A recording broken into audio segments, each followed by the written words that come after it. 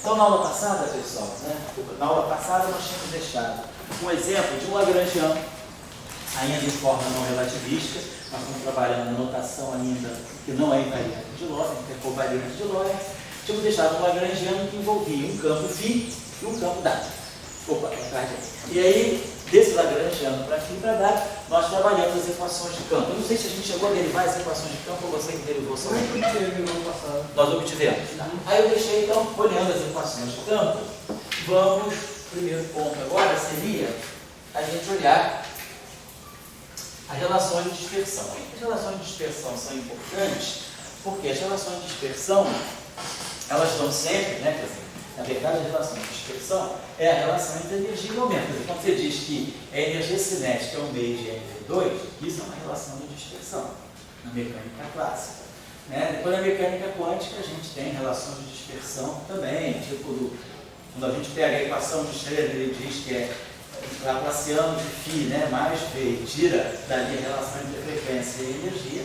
A gente tem, quando a gente escreve, usando a equação de Schrödinger livre, menos h cortado ao quadrado sobre 2 laplaciano de psi, igual a i h cortado ddt psi. Então, se a gente pegar uma onda livre, né, uma partícula livre que é representada por onda plana, isso aqui vai ficar, a onda plana é ikx menos ômega t, isso aqui vai ficar o K2, ficar menos K2, e isso aqui vai ficar menos I ômega t. E aí a gente vai ter h cortado ao quadrado K2, né, sobre 2m igual a h cortado ômega. H cortado K é o momento. Isso aqui é P2 sobre 2m e h cortado ômega é energia. Então está aqui, a energia é P2 sobre 2m, a energia de uma partícula livre. Então, quer dizer, a relação de dispersão, né, ela está sempre me dando uma relação entre energia e momento, ou na questão ondulatória, ela me dá uma relação entre a frequência e o vetor de onda. E, por sua vez, o vetor de onda está ligado ao comprimento de onda. Eu posso sempre relacionar a frequência com o comprimento de onda, através dessa relação. Então, quer dizer, buscar a relação de dispersão para o campo, né, ou para um conjunto de campos, como a gente está dando ali, é, no fundo, buscar a relação entre a frequência, né, de propagação dos módulos desse campo. Esse campo, então, é uma onda, essa onda se propaga com uma certa frequência e tem uma relação de dispersão que vai depois ser fundamental para obter a velocidade de grupo da onda, que é derivar, né, sabe, derivando a frequência em relação às componentes do vetor de onda, a gente tira as componentes da velocidade de grupo. Muitas vezes a gente escreve essa relação em forma vetorial. VG seria o gradiente em K do ômega, quer dizer, a derivada em relação, ou então a gente pode escrever assim, de uma forma meio só simbólica, né? A derivada de ômega em relação ao vetor K. Isso significando que eu estou derivando em relação aos componentes do K. Claro que quando a relação de dispersão é isotrópica, não depende do ômega. Muitas vezes a gente escreve assim, a velocidade de grupo é a derivada do ômega em relação ao módulo de K. Tá certo? Isso é quando a relação de dispersão só depende de K ao quadrado. Mas quando ela depende de ângulos, às vezes tem a isotropia, então eu tenho que derivar em relação aos componentes do vetor. Então, buscar a relação de dispersão para esses campos aí que estão articulados é buscar a relação entre as frequências e os vetores de onda dos módulos oscilatórios desse campo. Agora vamos observar aqui o seguinte, ó. Esse termo aqui é linear. Esse termo é linear. Esse termo é linear, esse termo é linear, esse termo é linear no campo. Esse termo já é cúbico, tem dois campos W e um campo φ. Esse termo aqui é cúbico também, tem dois φ e um W. Aqui eu tenho linear, linear, tudo aqui é linear. Linear, linear, interação. Quer dizer, os termos que envolvem produtos de campo são termos de interação. Vamos ver por quê. Vamos pegar uma equação de onda típica. Vamos pegar a equação típica de 1 sobre v ao quadrado. Vamos pegar uma equação de onda. d2, dt2, menos laplaciano, vamos dizer assim, de um certo campo φ. Vou colocar a coisa assim. Vou pegar uma equação assim. Aqui vou pegar um termo que pudesse ser mais um psi φ. E aqui vou pegar um termo que tenha alguma coisa quadrática. Por exemplo, se eu tivesse essa equação de onda, Isso é uma equação de um campo. Tem a parte de derivada temporal, quer dizer, a aceleração do campo. Aqui eu tenho uma espécie de uma aceleração do gradiente, isso aqui é a divergência do gradiente, quer dizer, alguma coisa que é derivada segunda em relação às coordenadas de posição. Aqui nós temos o campo e aqui nós temos um termo quadrático. Vamos dar uma olhadinha nessa equação no espaço de Fourier. Então vamos adotar a seguinte notação. Para nós, a representação em Fourier do campo, nós vamos adotar essa notação aqui de dx, vamos decompor esse campo em modos de Fourier. Então a gente vai ter d ômega sobre 2π, como transformada de Fourier do tempo, depois a parte espacial.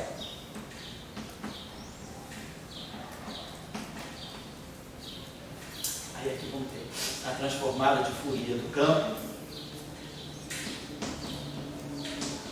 E aí, LKX menos I ômega t. LKX menos ômega t. Vamos adotar essa conversão. Claro que aí eu posso tirar a transformada de Fourier em relação ao que eu posso tirar. Quem é φ de ômega k. Aí vai ser integral em dt, dt(x). dx é a menos IKX a ômega t.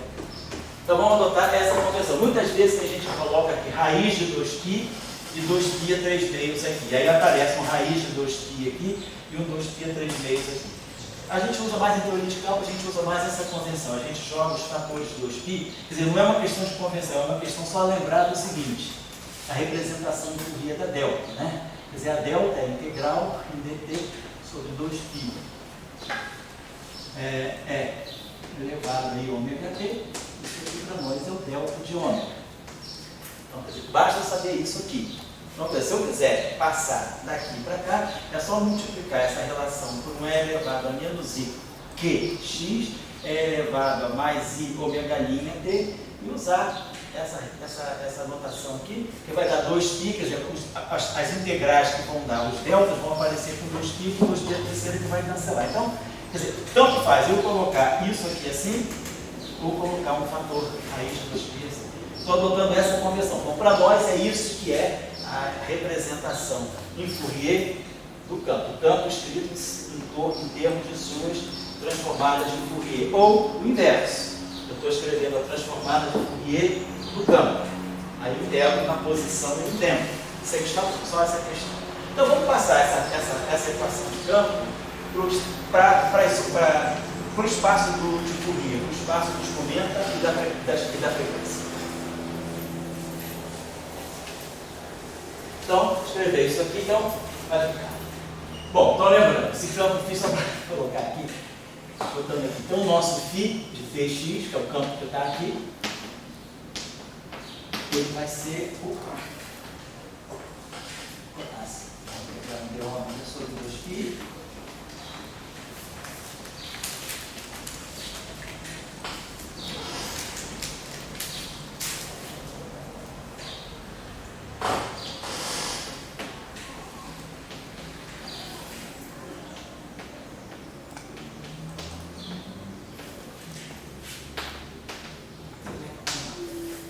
Então, quando eu fizer a derivada temporal, então vamos pensar o seguinte: toda vez, né? Então vamos escrever aqui para cada termo, que aqui é termo ao quadrado. Vamos fazer o seguinte: vamos pegar esse termo aqui. Então, esse primeiro termo vai ficar d ômega sobre 2π, d3k, 2π a terceira. Aí vamos lembrar: essa derivada temporal vai atuar duas vezes aqui. Então, ela vai produzir um fator menos ômega 2. Então, ela vai produzir menos ômega 2, vai manter a transformada de Fourier. Eu vou evitar de escrever isso tudo aqui. Quando eu botar o φ-til, está implícito que é de ômega k. E aí aqui vai aparecer a onda plana. É a IKX menos ômega t. Então, é o primeiro termo. Segundo termo, o laplaciano vai atuar aqui. Divergência do gradiente, quer dizer, divergência de E a I kx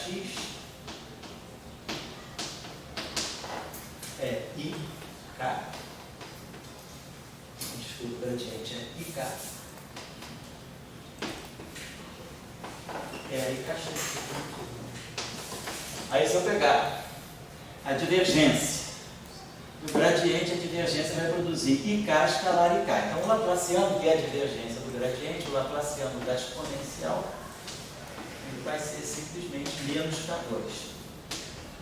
Vezes a própria exponencial. Só estou colocando isso rapidamente. Então, quando esse laplaciano atuar na onda plana espacial, ela vai produzir um fator menos K2.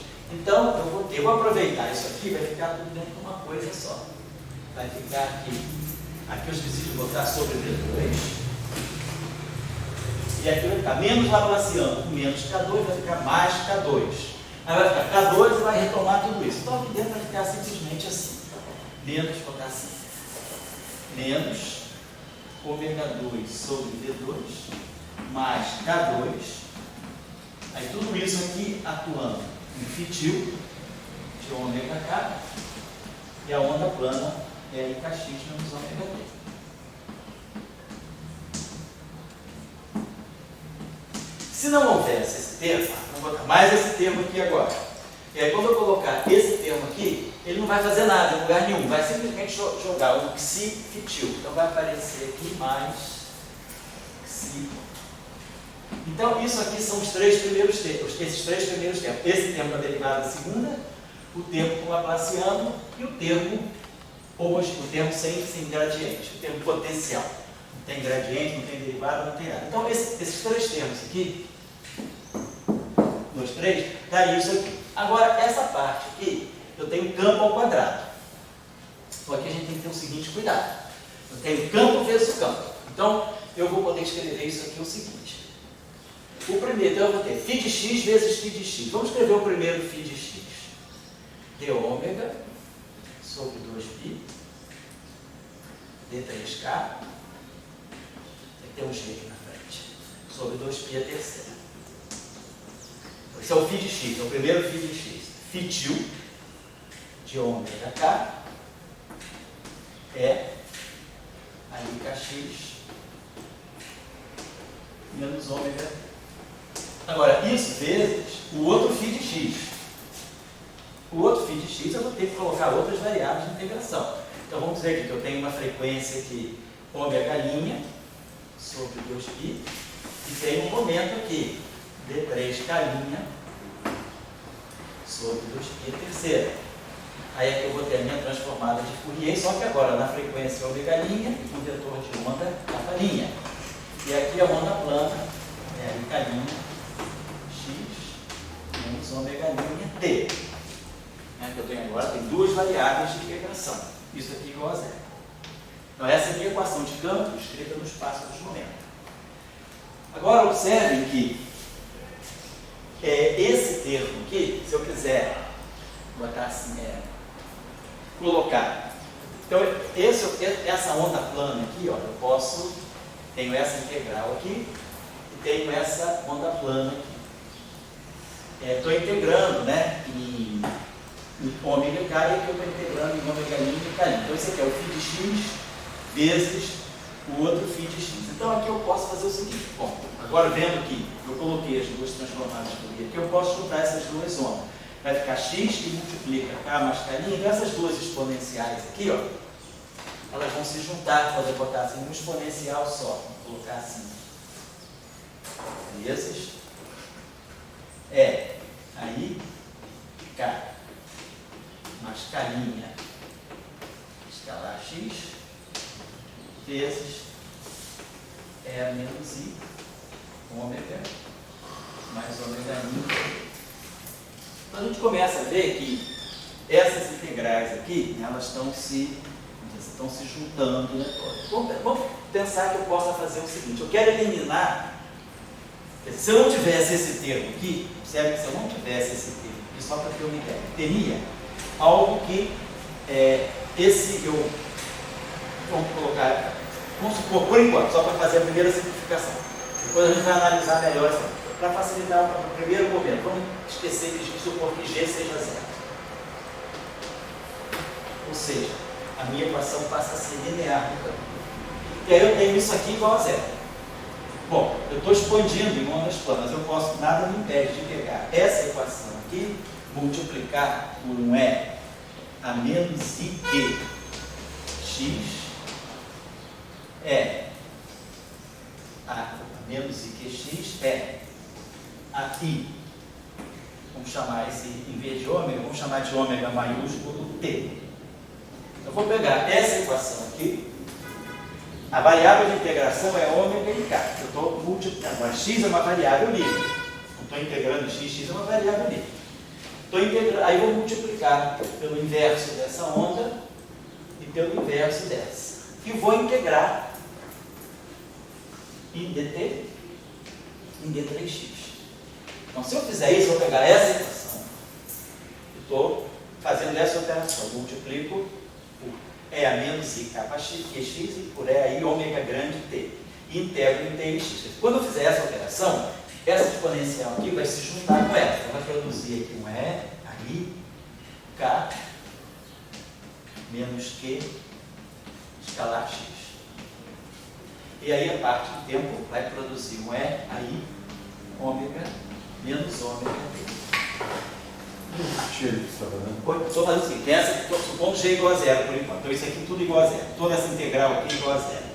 Aí o que eu estou fazendo é pegar essa equação, onde as variáveis de integração são ômega e K.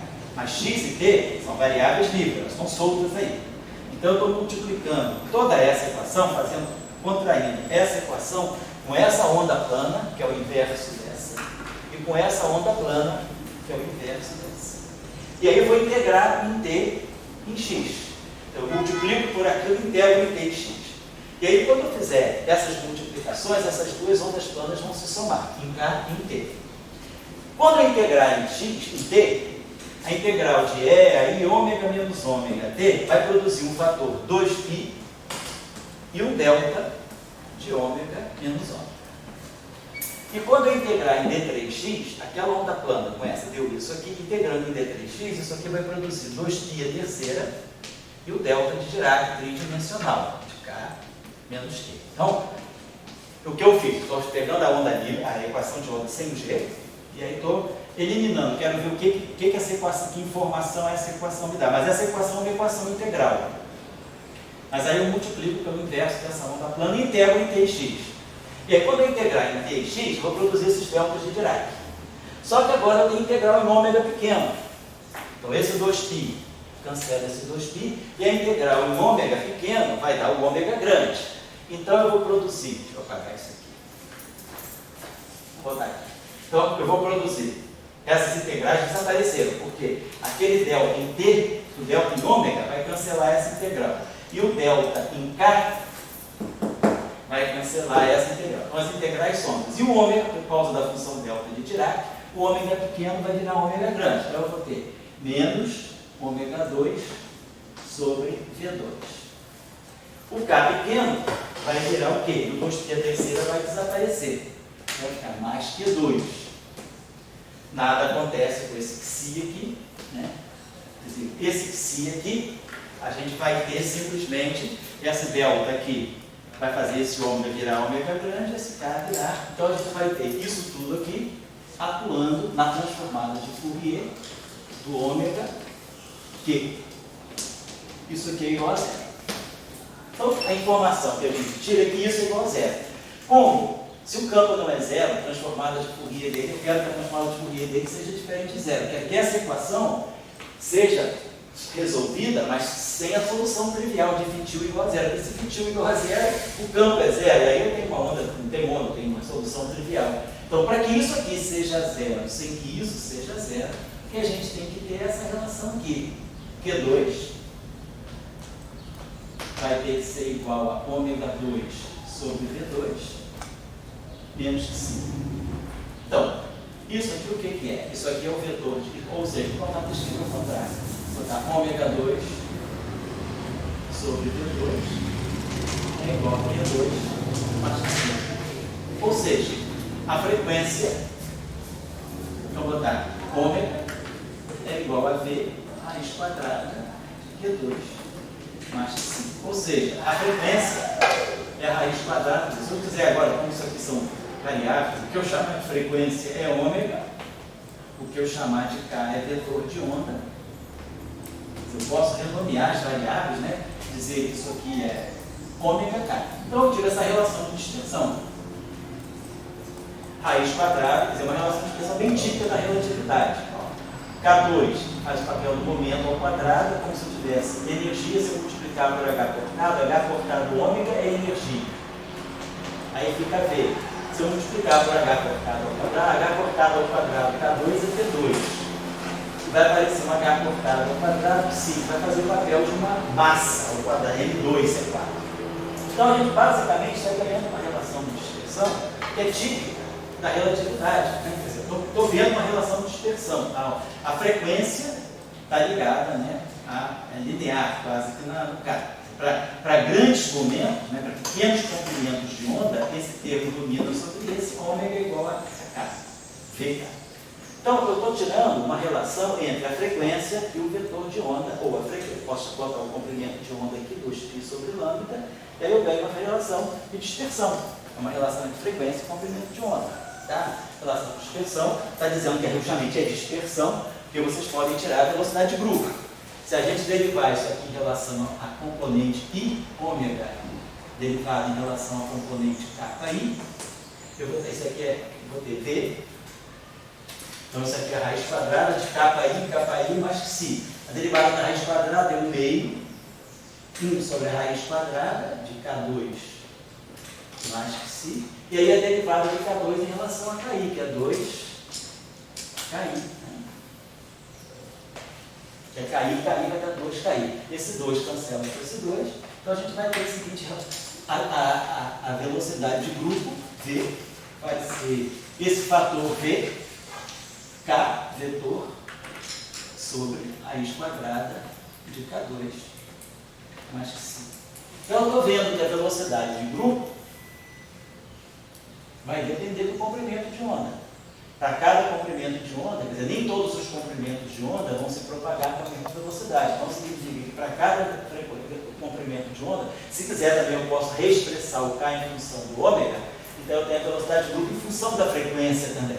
Então, a velocidade de grupo ela pode ser escrita em função do comprimento de onda ou ela pode ser escrita em função da frequência. Então, isso mostra que as diferentes frequências vão ter diferentes velocidades, o que se chama de dispersão. Então, a onda fica dispersiva. Para cada, ela se dispersa. Para cada comprimento de onda, eu tenho uma frequência diferente. É como se a luz tivesse, se fosse o caso da luz, a luz passando no prisma. A luz se dispersa, né? Porque você tem um meio material que faz com que o índice de refração dependa. O que é o índice de refração? O índice de refração é a velocidade, é C dividido pela velocidade de fase. Isso é o índice de refração. Mas eu posso também definir o índice de refração associado à velocidade de grupo, que é C sobre a velocidade de grupo. Então, se a velocidade de grupo depende da frequência, o índice de refração depende da frequência. Então, para cada frequência, eu tenho um índice de refração diferente. E aí eu tenho dispersão. Então, a relação de dispersão ela vai me dizer isso. Agora, isso no caso, a frequência sai diretamente em função do vetor de onda. Agora vamos acender esse fator G. Vamos acender esse termo que é não linear. E aí eu vou fazer o mesmo exercício. Eu vou pegar isso aqui, o x e o t são livres, eu vou continuar multiplicando por isso aqui. Deixa eu apagar essa equação. Agora isso já está feito? Deixa eu apagar isso aqui.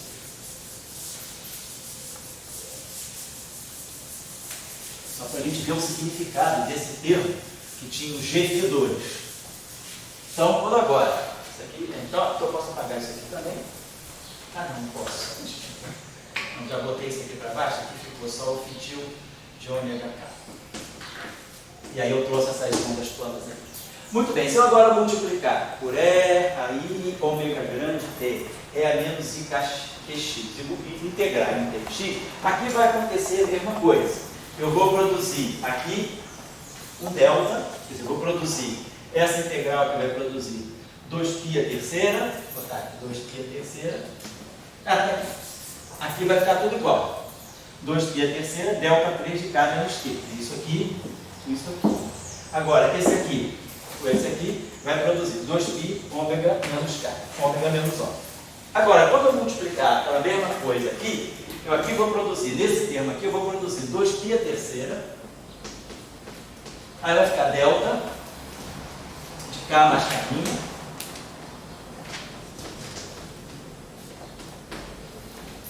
menos Q. E na parte temporal eu vou produzir o delta de 2π, esse carinha aqui, multiplicado por esse carinha, 2π delta de ômega menos ômega N. Está dando para aí, tchau? Sim, dá para ler. Ômega menos ômega N. Muito bem. Então produzir. Esse delta aqui vai eliminar aquela que vai acontecer, não vai eliminar as integrais em ômega, em K, em ômega pequeno, que os dois π's vão desaparecer, então nós vamos ter, o primeiro termo vai ficar menos ômega 2, que aí o delta vai fazer esse ômega ficar igual ao ômega grande, sobre T2. O Q, o K vai virar Q, e o Psi se mantém. Isso tudo aqui, fitil de ômega K. Acabei com essa integral. Só que aqui eu tenho duas integrais. Então vamos dizer, eu posso acabar com a integral em K' ou posso acabar com a integral em K. Tem a função delta à disposição. A função delta pode matar ou a integral em K ou a integral em K'. Onde é que a gente mata a integral em K'? Então vai sobrar para nós aqui, vai sobrar esse termo aqui, mais G integral. Então o ômega continua, integral em ômega continua. Porque esse delta aqui vai matar a integral em ômega N. E esse delta aqui pode matar a integral em K'. Eu poderia fazer o contrário, poderia matar em ômega e K, mas sobraria ômega N e K'. Estou só querendo eliminar os N, só isso. Os dois π's vão desaparecer daqui, vai sobrar isso aqui.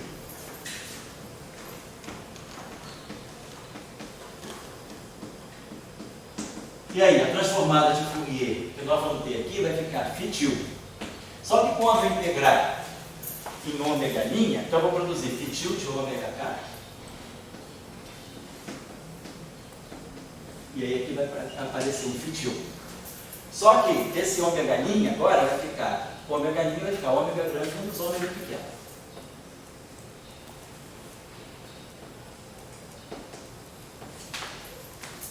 E esse K, aqui K', vai ficar igual a Q menos K. K', quando delta for zero, K' vai ter que ser igual a Q menos K. Então aqui vai produzir um fitil disso aqui. E aí o K' vai ficar Q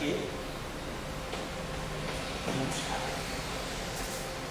Então, os deltas desapareceram, mataram uma integral, ficaram as duas transformadas de Fourier. Deixa eu apagar isso aqui para ficar mais visível para nós. Esses deltas aqui sumiram. Então a gente ganhou agora uma equação integral. A gente não tem mais uma equação algébrica onde eu tinha que isso é igual a zero. Então, agora tem que apagar isso aqui.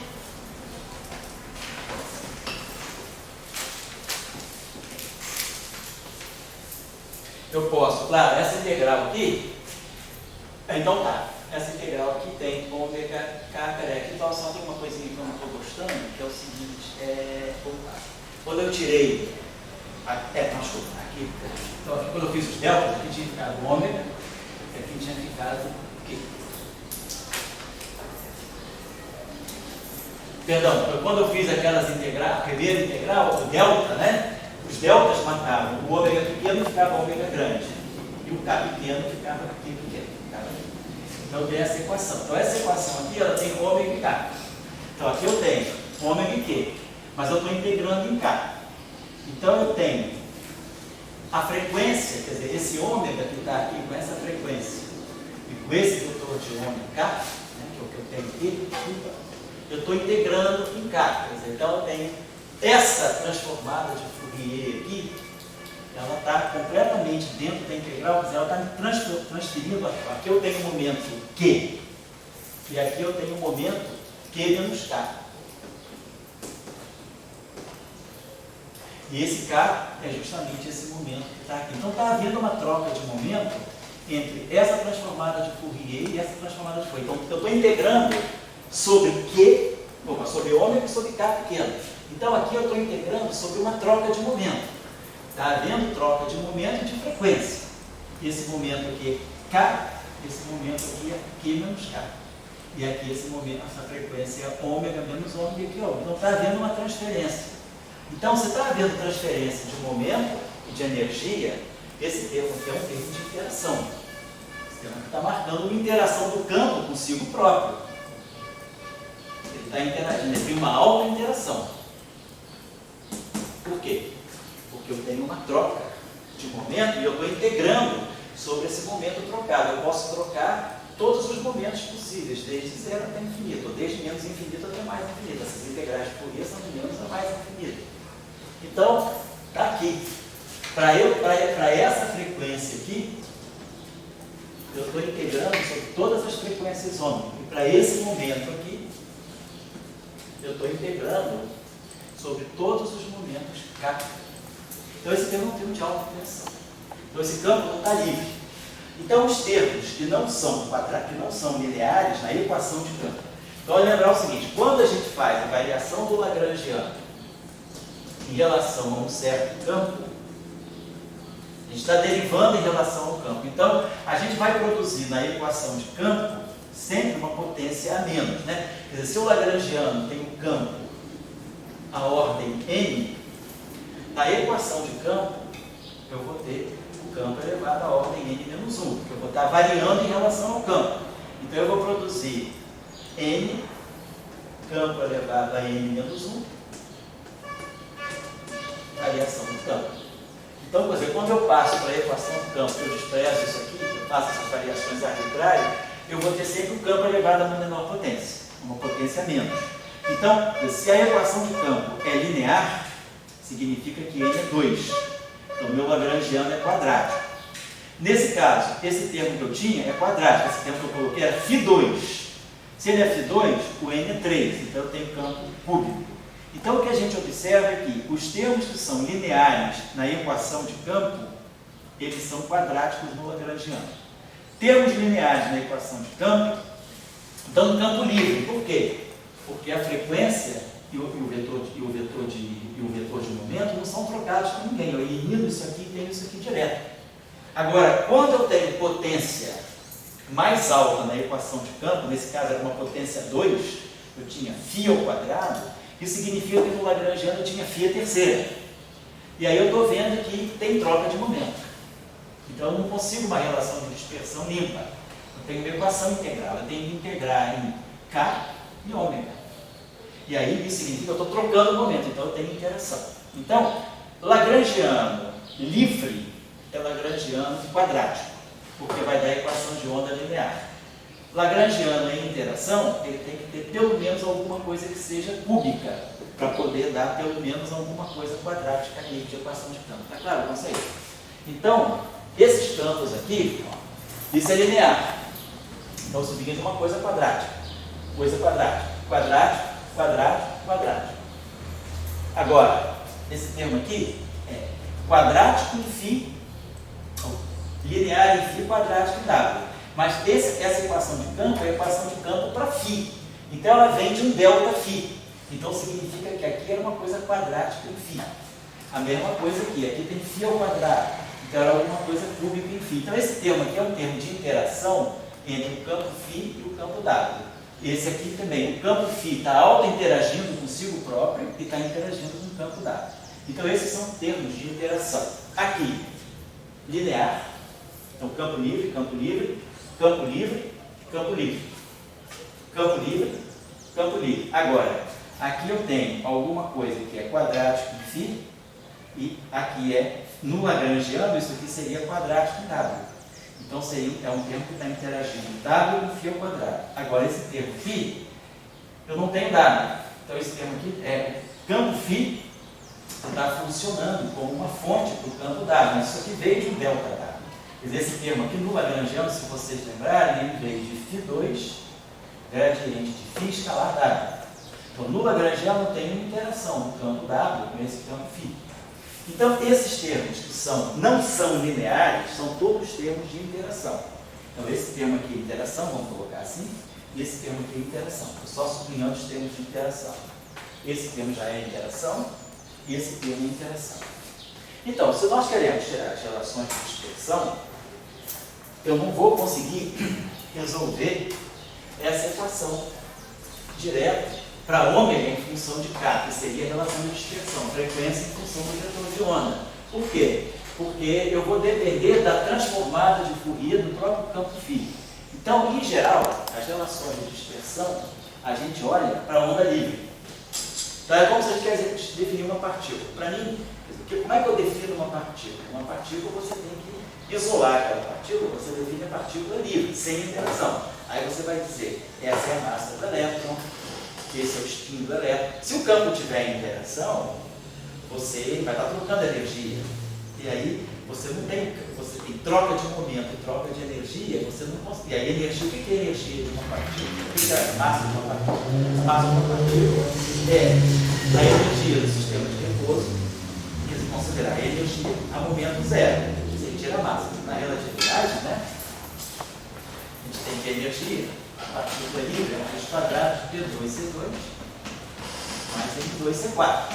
Então, eu coloco a partícula em repouso, a partícula é massiva, coloco a partícula em repouso e tiro a massa. É igual a MC2, é a energia do sistema de repouso dividida por C2, vai me dar a massa.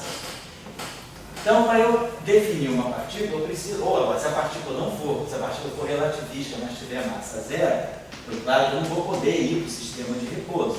Então, eu vou ter que ver a energia da partícula está ligada completamente ao momento. Então, para eu definir uma partícula de massa zero, claro que eu não posso ir para o sistema de referência de repouso dela. Mas a energia já é uma medida do momento. Então, toda a energia está sob forma de momento. Mas eu preciso isolar a partícula. Se eu tiver a partícula em interação, eu vou ter aqui raiz quadrada de P2C2 mais M2C4, mas posso ter um termo de potencial aqui. E aí, esse termo de potencial, quando eu vou para o sistema de momento zero, esse termo de potencial pode estar alterando a massa. Então, em geral, define as propriedades da partícula com ela livre. Então, a relação de dispersão é uma medida entre a frequência e o vetor de onda. Então, a gente tira a interação para ter uma relação de dispersão para as ondas livres. Eu quero ver como é que essas ondas livres se propagam nesse livro. Então, eu estou só querendo colocar isso para vocês, que termos, né, em que aparecem campos, não importa se são distintos ou iguais, mas desde que aparecer termos que sejam em potência n maior ou igual a 3, quer dizer, termo cúbico. Um termo cúbico no lagrangiano significa um termo quadrático na equação de campo. Cúbico no lagrangiano é quadrático na equação de campo. Então, é termo de interação. Agora, quadrático no lagrangiano é linear na equação de campo. E aí é campo livre. É campo que não tem essa troca de momento interno. Então, para eu obter as relações de dispersão, geralmente, normalmente nós fazemos, o método perturbativo é esse. A gente obtém primeiro a relação de dispersão para os campos livres. E depois a gente pode, sabendo a relação de dispersão para os campos livres, né? Eu conheço a relação entre ômega e Q, aí eu já coloco aqui a relação, vou saber qual é a relação entre ômega e Q, e aí eu vou precisar fazer vamos dizer, esse método perturbativamente, iterativamente. Mas a primeiro momento, a primeira relação de dispersão é considerar as ondas livres, né? Então, quando a gente vai tirar as relações de dispersão nas equações de Marx, o que a gente faz? A gente coloca as equações de Marx no vácuo. Nós não temos carga e corrente, a gente tira aqui. O campo elétrico é perpendicular ao campo magnético, que por sua vez é perpendicular à direção de propagação, ômega igual a módulo de K vezes C, tudo isso para a onda eletromagnética livre. Estou tirando as relações de dispersão da onda livre, que é o que vai me dar as características da onda sem interação. Eu quero conhecer as características da onda livre. Já é a primeira informação que a gente vai ter. Então, nesse caso aqui, então, vamos olhar. Nesse caso aqui, vamos então olhar as relações de dispersão para essas ondas. Agora, só que tem um detalhe aqui que não é tão simples. Na equação do φ, aparece o W. E na equação do W, aparece o φ. A equação do W está quase desacoplada, mas tem esse termo com φ. E a equação do φ, ela está quase toda desacoplada, mas tem esse termo lá. Então, vamos olhar as relações de dispersão. Então, vamos olhar as relações de dispersão considerando apenas os termos livres. Considerando apenas os termos livres, significa os termos lineares das equações de campo. Então, nós vamos abandonar esses termos que eu já tinha eliminado, para efeito de relação de dispersão.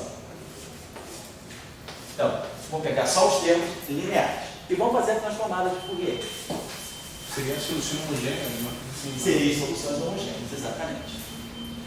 E aí, agora, não vou repetir tudo. Já está claro que eu vou botar, transformar, vou escrever o campo φ como sendo exponencial de E elevado a x menos ômega t. O campo W vai ser o W, vetor transformada de Fourier, da frequência ômega, do vetor K. E aí eu não vou ter integral duplo, tudo vai ser integral simples. Então a relação de dispersão para cada campo, eu vou tirar imediatamente, vai ficar o seguinte: nós já vimos, nós já sabemos o dicionáriozinho da relação de dispersão. Cada derivada temporal produz um menos e ômega. Então aqui eu vou produzir menos ômega 2. Então o primeiro termo aqui. Então vamos escrever agora as duas equações de campo livres do espaço dos momentos, do espaço de Fourier. Então vai ficar menos 2a ômega 2 φ-til. Está implícito que é φ-til de ômega k. Agora, cada gradiente vira IK. Então o laplaciano vai ficar menos K2. Então vai produzir mais 2K2. Mais 2K2 φ-til. Aqui vai ficar menos K2, menos K2. Então vai produzir um K, módulo de K ao quadrado, módulo de K ao quadrado, vai ficar. Mas o sinal menos vai desaparecer, porque aqui vai ficar menos K2, menos K2. Então vai ficar menos 2B, módulo de K a quarta. Aqui é K2, é módulo de K ao quadrado. Então, é K escalar K. Aqui é K escalar K ao quadrado, K4. Depois, esse termo aqui vai produzir IK. Vai ficar menos I, zeta, K escalar W-til. Menos I, zeta, que é um parâmetro K escalar transformada de Fourier do campo A. Então, a gente está supondo então que tanto o φ quanto o W se transformam com o mesmo momento. É porque a integral é única. Então você tem quer dizer, o que você pode fazer aqui é o seguinte: se você pegar a transformada, vamos colocar esse φ que está aqui. Então você vai ter Laplaciano, do Laplaciano, o que você está perguntando. A sua pergunta é muito sensata. Você vai integrar em dk, d ômega, d3k. Aí você vai transformar de Fourier do campo φ. φ-til de ômega k é a menos i, é ikx menos ômega t. Aí você vai aplicar o Laplaciano.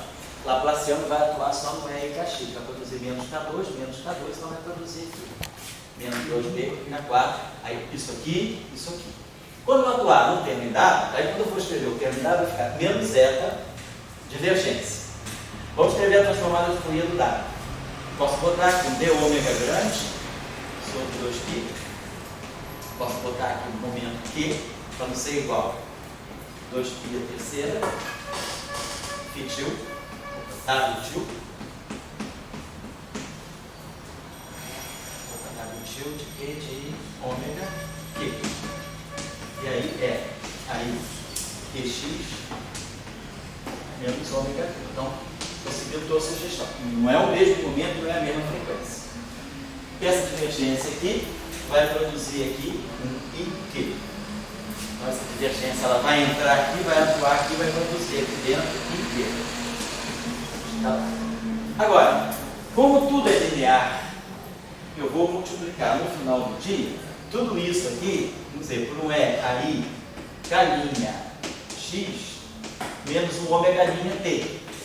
E vou integrar em x e vou integrar em t, exatamente como eu fiz da outra vez. Aí quando eu integrar em x, eu vou produzir um K menos Q. Então, esse Q vai virar K', vai matar a integral. E essa integral em ômega grande vai desaparecer, vai ficar ômega'. Quando essa mesma exponencial atuar aqui, o K vai desaparecer, vai ficar K'. Então, no fundo, quando você faz isso, todos os momentos vão ficar uniformizados. Então, a pergunta é sensata, porque à primeira vista não parece. Está claro? Está claro o que eu fiz? Quer dizer, o que o Matheus colocou é que quem diz que o momento e a frequência desse φ é a mesma que a do campo W. Eu estou dizendo, não são em princípios iguais. Em princípio igual. Quando eu escrevo a transformada de Fourier, cada campo tem que trazer a sua frequência e o seu momento. Só que no final, como tudo é linear, eu vou multiplicar. Porque no fundo o que eu estou fazendo é o seguinte, então o que é a transformada de Fourier? É pegar uma função, expandir numa base de outras funções. Quando eu multiplico pela onda plana inversa e integro o T, no fundo eu estou fazendo um produto escalar com a base. Isso aqui é uma base ortonormal, quer dizer, o que é delta de Kronecker aqui é o delta de Dirac lá. Então, quer dizer, quando eu multiplico isso aqui, no fundo eu estou tirando os coeficientes da expansão. Os coeficientes da expansão são justamente as transformadas de Fourier. Quer dizer, o processo matemático que eu estou fazendo é expandir o campo φ e o campo W numa base de autofunções que são ondas planas. Então, eu estou fazendo a expansão do campo, não importa se seja φ ou W, numa base de ondas planas. Aqui eu estou pegando um caso discreto. Se for contínuo, em vez de somar em N, eu estou integrando em N. E aí eu multiplico pelas funções, pelas autofunções ortogonais. Vou multiplicar por um epsilon, estou somando em N, multiplico por um epsilon N. E aí epsilon N vezes epsilon N, você acha que a base é ortonormal, me dá o delta. E o delta de Kronecker elimina o somatório, então me dá os coeficientes. Quer dizer, as transformadas de Fourier dos campos são esses coeficientes. E as ondas planas são esses vetores da base que eu estou expandindo.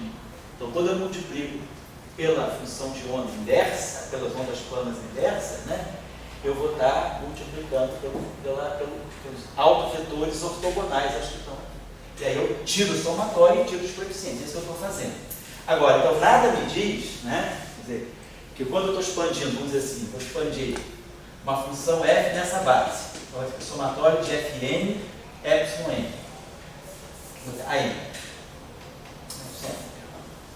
Já vai escrever coeficiente f. Eu tenho uma função g. Eu vou expandir gn epsilon n. Se eu agora multiplico aqui para o epsilon p e aqui para o epsilon p, então você vai ficar delta de np. E aí, quando eu somar em n, vai ficar, eu vou tirar simplesmente um f escalar epsilon p, vai ser fp. E aqui eu vou ter g escalar epsilon p, aqui vai ficar n delta de np, mas o gn vai ficar gp. Então, na verdade, é a mesma coisa, certo? Então, eu posso, quando eu vou escrever essa relação de dispersão aqui, como é tudo linear, eu tenho certeza que os momentos vão ser todos iguais. Se não fosse linear, como a gente viu, aí eu tenho integral em momento, aí eu tenho diferentes momentos. Mas agora não, como é tudo linear, está tudo campo livre, então os momentos são iguais. Professor, falta um fim nessa pastilha. Oi? Falta um fim, né? Falta um φ. Ah, sim, falta. É errado. Obrigado. Esse termo que é esse aditivo? Falta o aditivo. Beleza. E aí, agora, voltando a esse termo aqui, então ele vai produzir um IK. É menos, né? Não tem zeta, né? Menos zeta. Menos I. Zeta. K. Escalar. Transformado de Fourier no campo vetorial lá. Aí, mais que fitil, que não acontece nada, não tem derivada, não tem nada para fazer. Acabou, igual a zero.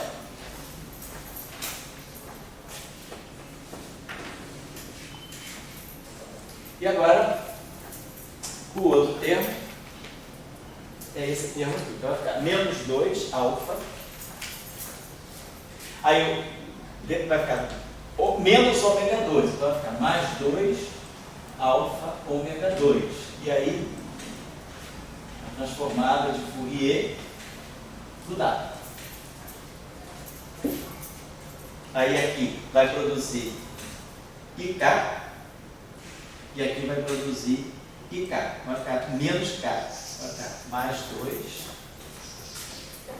K. E aí aqui vai produzir um K escalar W. Essa equação é uma equação vetorial. Quem está dando caráter vetorial é esse K aqui. Isso aqui é um escalar. Agora, menos 2 beta, aqui vai produzir menos K ao quadrado. Então vai ficar mais 2 beta K ao quadrado.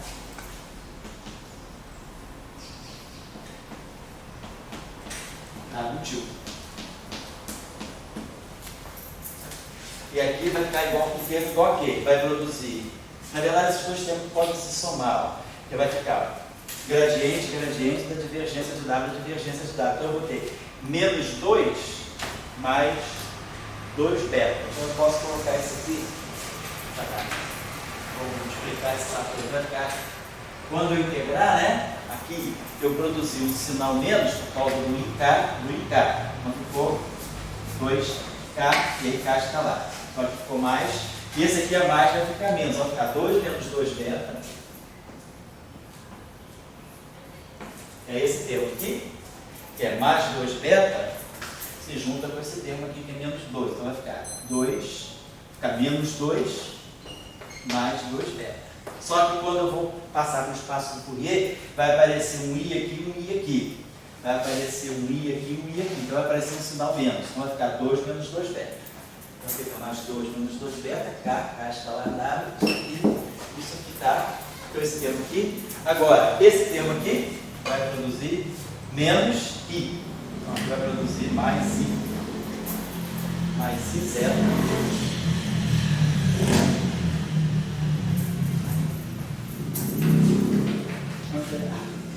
Esse termo aqui é o zeta, né?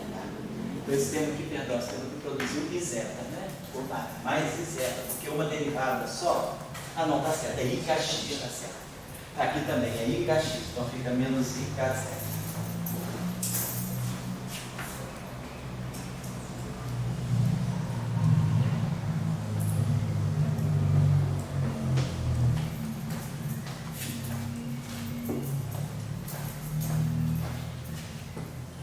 E aí o termo final é menos lambda H.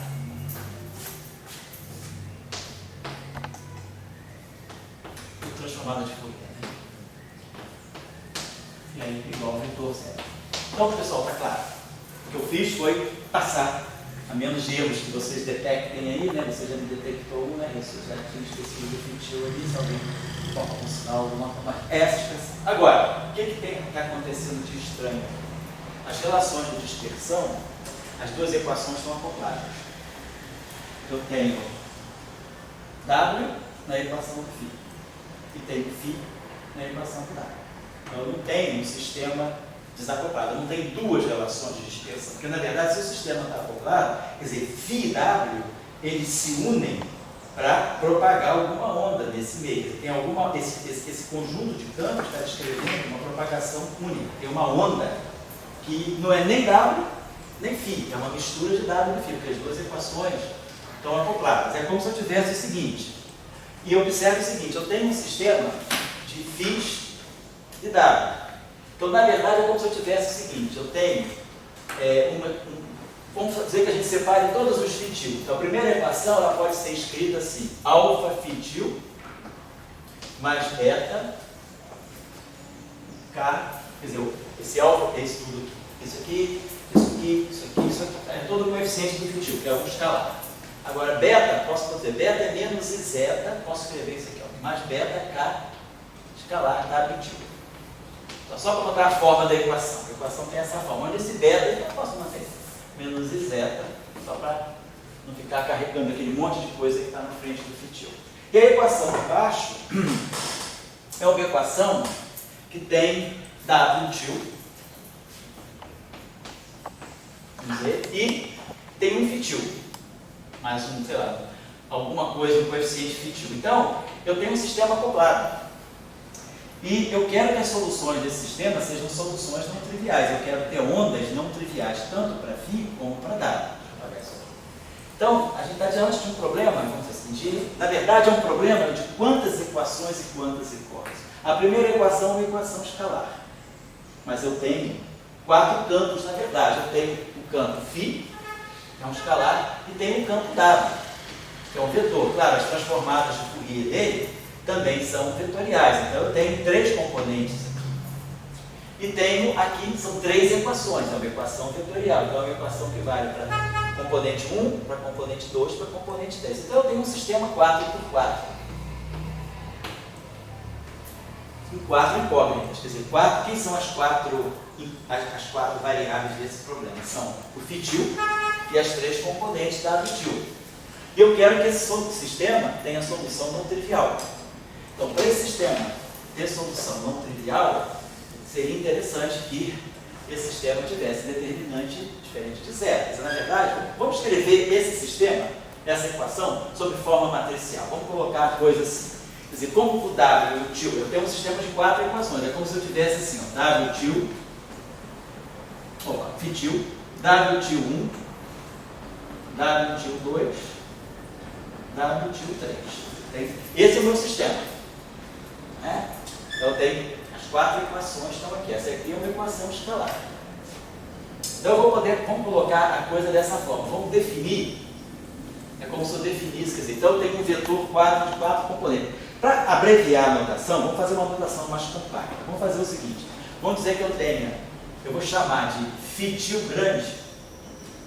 E esse objeto, um vetor coluna de 4 componentes. Onde a primeira componente é o φ til e a segunda componente é o W til. Isso aqui está representando φ til, W til 1, W til 2, W til 3. Então é um vetor coluna com 4 componentes.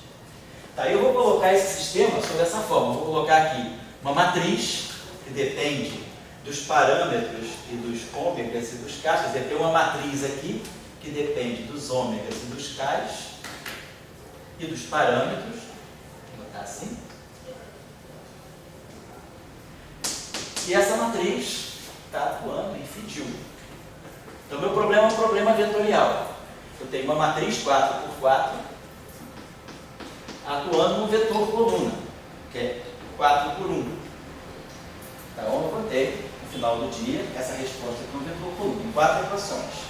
Então, vamos escrever essa matriz agora, vamos escrever essa equação aqui explicitamente. Essa matriz aqui é uma matriz 4x4. Para estar atuando nesse vetor. Então, deixa eu fazer o seguinte, deixa eu botar isso aqui para cá. Fazer assim.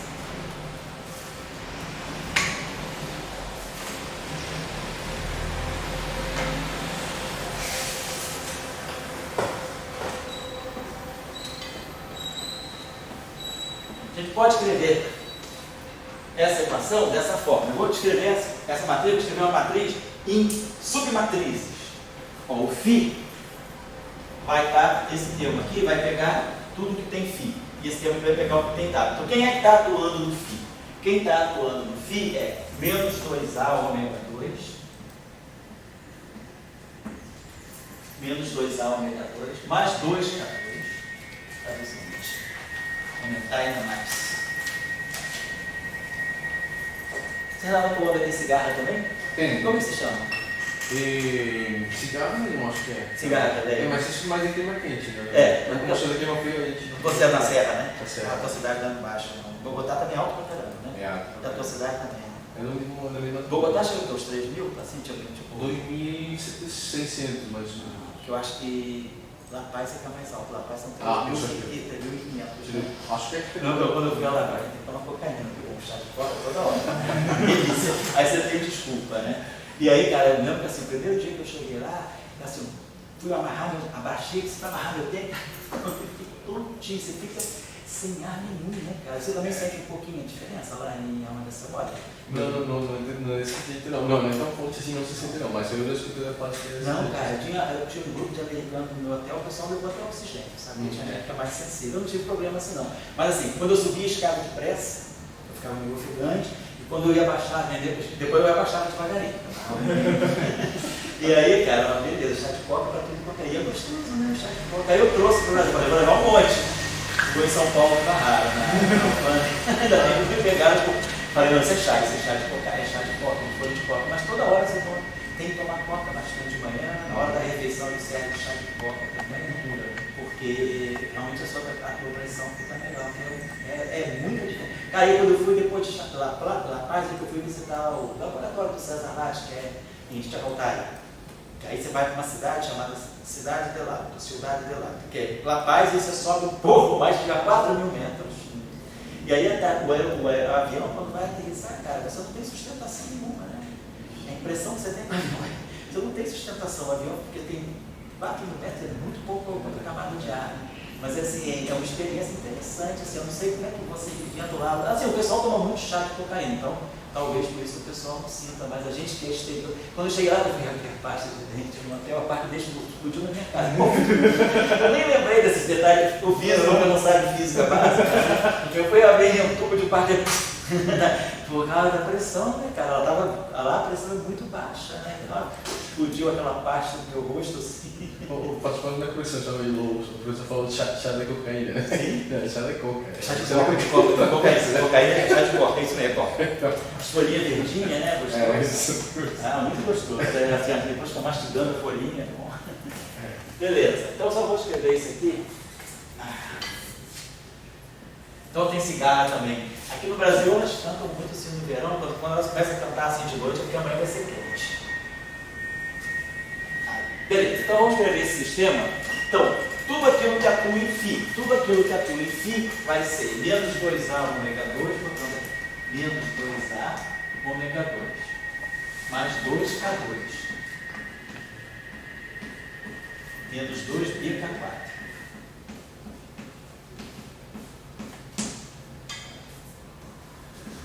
Esse aqui, e aí mais 15.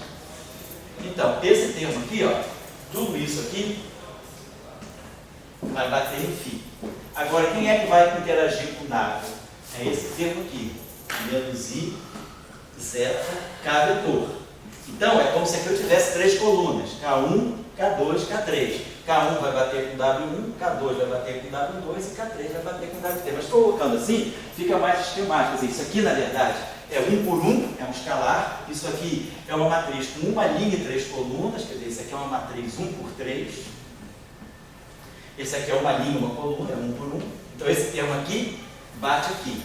Esse cara aqui vai bater para cá. K1, W1, K2, W2, K3, W3. E agora, quem vai atuar no W aqui, no φ aqui, vai ser esse vetor aqui, vai ficar menos I zeta K.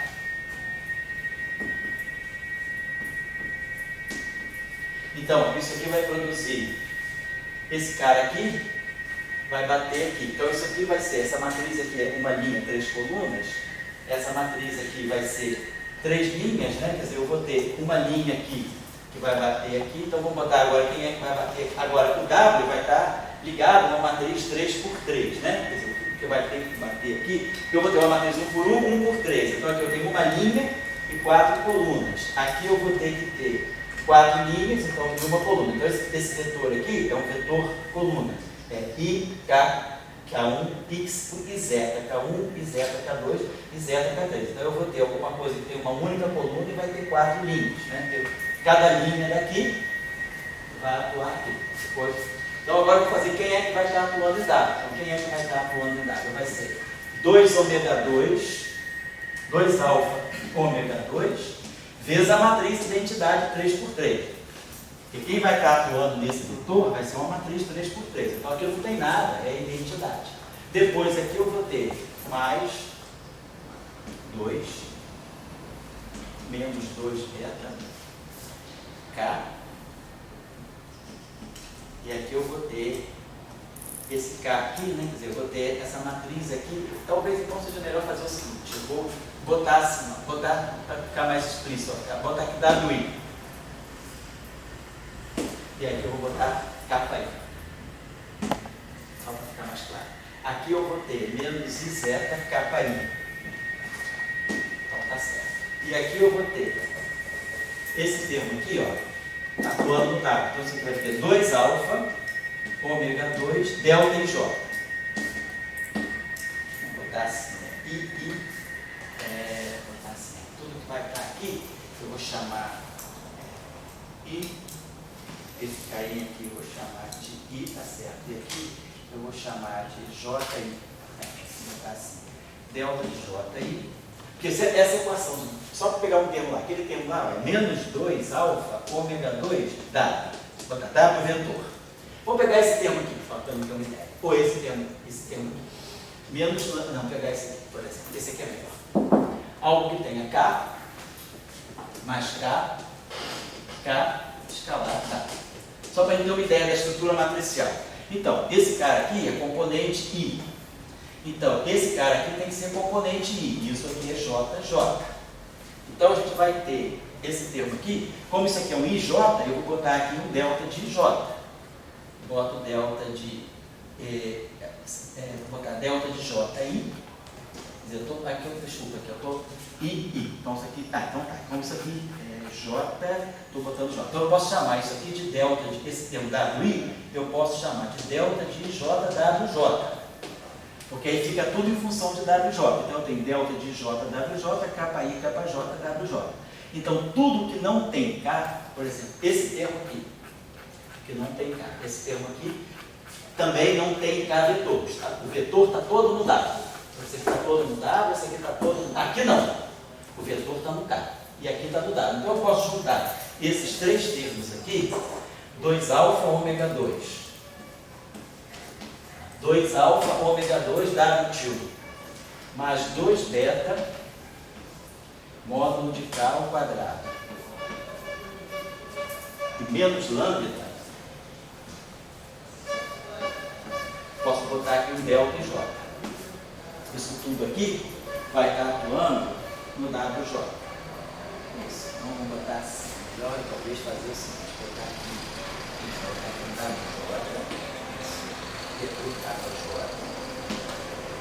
E aqui um KI. Assim. E agora o único termo que sobra aqui, esse aqui é W, esse aqui é W, mas esse termo aqui que vai ser, vai só aparecer esse termo aqui que vai ser 2 menos 2 beta, KI, KJ. Que aí esse termo vai bater. KI, KJ, esse termo aqui quando bater aqui, ele vai produzir K escalar W, K vetor, K escalar W. Esse aqui vai produzir todos os W's. Então, eu acho que assim fica melhor. Deixa eu ver se ficou melhor assim. Então, isso aqui é uma matriz 1 por 1, essa aqui é uma matriz 1 por 3. Então, quando eu fizer esse produto escalar, isso aqui vai batendo nisso, gera essa equação. Essa equação é uma equação escalar devido a toda essa linha, está multiplicando toda essa coluna. Agora, essa equação aqui é uma equação vetorial. Então, ela tem 3 linhas. Então, esse vetor aqui, ele vai bater aqui, né? Então a gente vai botar aqui menos I zeta KI, tá? E aí aqui eu tenho tudo I atuando do J. Então vai ficar uma equação vetorial toda em I. Ó, tenho esse I aqui, essa equação aqui, se eu for escrever em termos de componente, ó, tira a flechinha, isso aqui vai ser I. Tira a flechinha, isso aqui vai ser I. Aí tira a flechinha, isso aqui vai ser JJ. Tira a flechinha, isso aqui vai ser I, e tira a flechinha, isso aqui vai ser I. Então, essa equação é uma equação, aqui eu tiro a flechinha, aqui vai ser I também. Então, tudo que está na componente I é lambda, tem esse que está envolvendo, que está envolvendo o W, o lambda, esse escalar aqui, e esse escalar aqui. Então, tudo isso eu posso escrever como sendo delta IJ, então eu posso botar aqui um delta IJ e chamar isso aqui de WJ. E boto delta IJ aqui. E a equação fica todo homogênea, fica tudo IJ, IJ, IJ. Aí aqui é I, então eu chamo isso aqui de um delta IJ, J. Aqui é I, chamo isso aqui de J, delta IJ, e aqui eu chamo de delta IJ. Aqui é o KI, né? Aqui é o KI. Então, esse meu sistema ele é um sistema que tem o índice livre é I. O que dá o caráter vetorial dele é o I. Então, está aqui. Delta e J, tudo que tem delta e J são os termos que não tem, cujo caráter vetorial não é dado pelo K, é dado pelo W.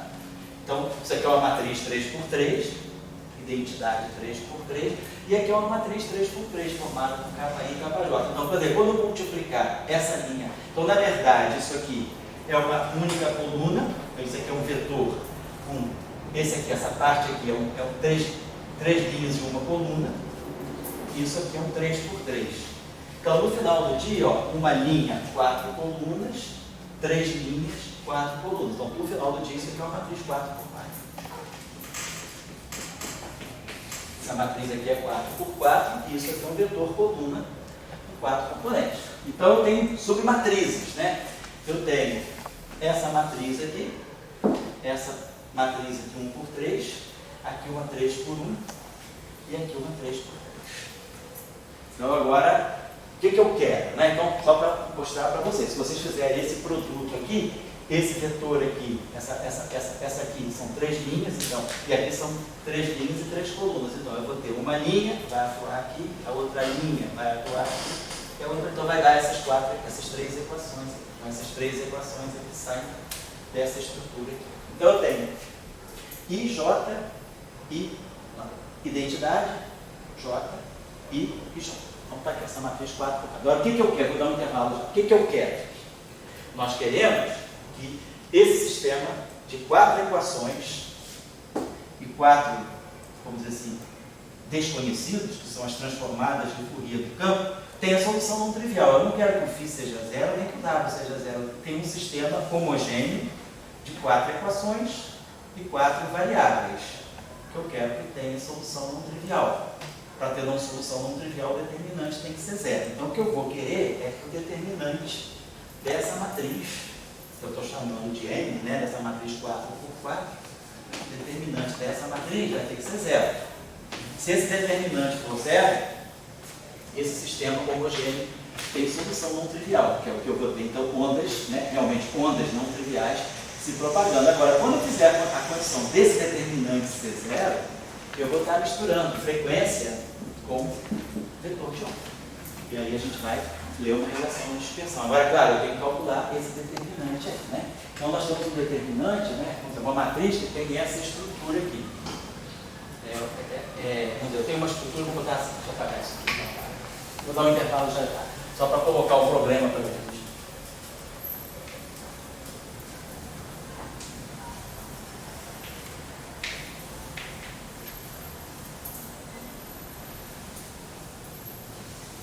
Nós temos uma matriz que tem essa estrutura assim. Uma matriz formada, é uma matriz 4 por 4 formada de submatrizes. Vamos dizer aqui, eu tenho uma matriz aqui, aquela minha matriz é M, né? Então vamos dizer que eu tenho uma matriz aqui A, B, C, D. A minha matriz A é uma matriz, é um número, é uma matriz 1 por 1. A minha matriz B, ela é uma matriz 1 por 3. A minha matriz C é uma matriz 3 por 1. E a minha matriz D é uma matriz 3 por 3. E aí, claro, essa matriz aqui, 3 por 3. Então, como que eu posso calcular o determinante de uma matriz 4 por 4? Claro, eu vou querer calcular o determinante abrindo essa matriz toda. Tá? Vamos ter que a gente tira uma expressão assim, mais engenhosazinha para esse determinante. É uma matriz A, B, C, D, onde essa matriz aqui é quadrada, essa matriz aqui é um número, portanto é uma matriz quadrada 1 por 1, essas matrizes aqui não. Então, como é que eu poderia tirar o determinante? Então, o que a gente vai precisar é do determinante de A, B, C. Como é que eu tiro? A gente pode até generalizar esse problema. Não precisa ser uma matriz 4 por 4. Imaginar que eu tenho uma matriz que tem essa estrutura. Uma matriz geral. Vamos dizer que eu tenho uma matriz A aqui que seja M por N. E aí aqui eu tenho uma matriz B que seja M por N.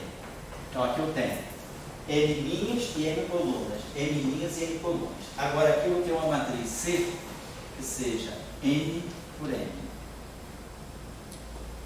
E aqui uma matriz D que seja N por N. Então vamos dizer, eu tenho essa estrutura, uma matriz quadrada aqui N por N, e uma matriz quadrada aqui N por N. Então fica dentro dessa estrutura, só que aqui é 1 e 3. Então aqui eu tenho uma matriz, essa matriz aqui ela vai ter N linhas e N mais N colunas. Essa matriz aqui vai ter N linhas e N mais N colunas. Então essa matriz aqui no final de tudo é uma matriz com N mais N por N mais N. Certo? Eu vou ter N mais N linhas, N mais N colunas. Então é uma matriz quadrada, M mais N por M mais N. Nesse nosso caso é 1 por 1, 3 por 3. Então fica uma matriz 4 por 4. Então a questão que a gente tem vai ser, como é que eu posso expressar o determinante de uma matriz assim, usando matrizes menores? Por exemplo, essa matriz aqui é 3 por 3, essa é 1 por 1. Determinante de uma matriz 1 por 1 é ela própria, o próprio número, né? Então, talvez a gente possa reduzir esse determinante, quer dizer, é um problema que até computacionalmente fica mais simples. Imaginar que eu tivesse uma matriz 8 por 8. Eu posso reduzir o cálculo de um determinante 8 por 8 a determinante de 4 por 4. Se eu tivesse aqui 4 por 4, já 4 matrizes quadradas. 4 por 4, 4 por 4, 4 por 4, 4 por 4. Então, eu teria uma matriz 8 por 8. Será que eu posso reduzir o determinante de uma matriz 8 por 8 ao cálculo do determinante de uma matriz 4 por 4, que é bem menor, né? Então a gente vai fazer, agora no final, a gente vai fazer essa estruturinha. Vamos pegar uma matriz genérica e depois a gente aplica para esse caso, que é 1 por 1, 3 por 3. Vamos deixar N por N, N por N. Então, aqui eu tenho N linhas e aqui N colunas e N colunas. Vou botar aqui bem nítido. Vou botar aqui, ó, aqui A, N por N. Aqui é B, N por N.